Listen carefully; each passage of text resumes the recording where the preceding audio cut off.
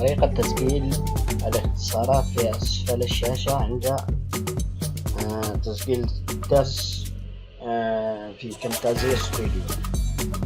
أولا تذهب إلى هذا الريكورد من تولز، تدخل على اوبشن، تفعل جميع الخيارات، وبعدها تعمل شرح على أي برنامج. مثلا أنا بفعل الشرح على برنامج الفوتوشوب للتقريب فقط لا غير. سكرول طبعا لن يظهر لأنه مفعل من خيارات البرنامج الفوتوشوب نفسه، لكن إذا مثلا عملت كنترول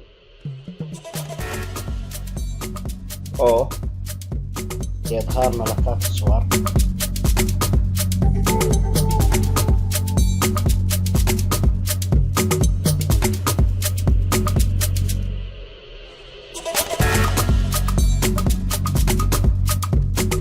نفعل كنترول تي على اساس تظهر الاختصارات.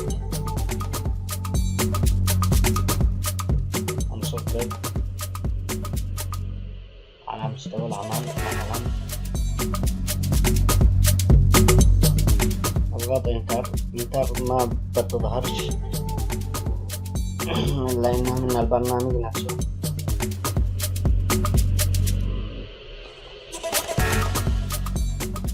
زي الت شيفت مثلا، لو عملت الت بالنسخ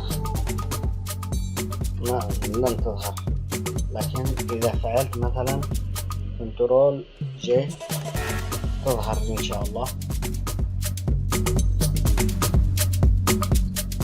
وبعض الاختصارات تعملها أنت تضيفها في البرنامج نفسه.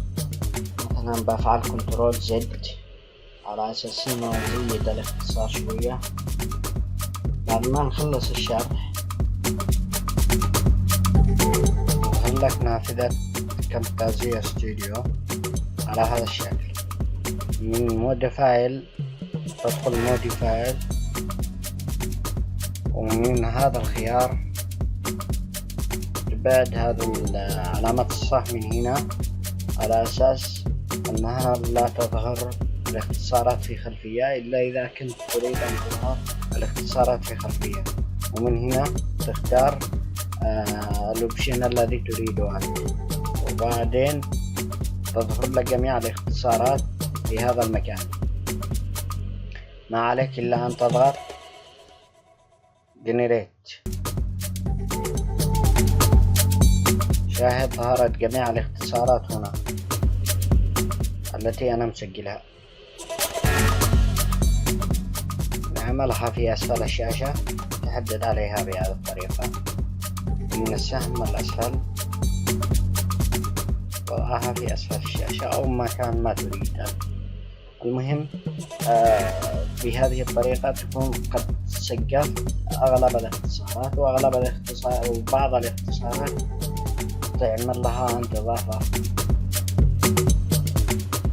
تقريبا من هنا تختار الإضافات من الكيبورد، تختار الإضافة التي تريدها أنت.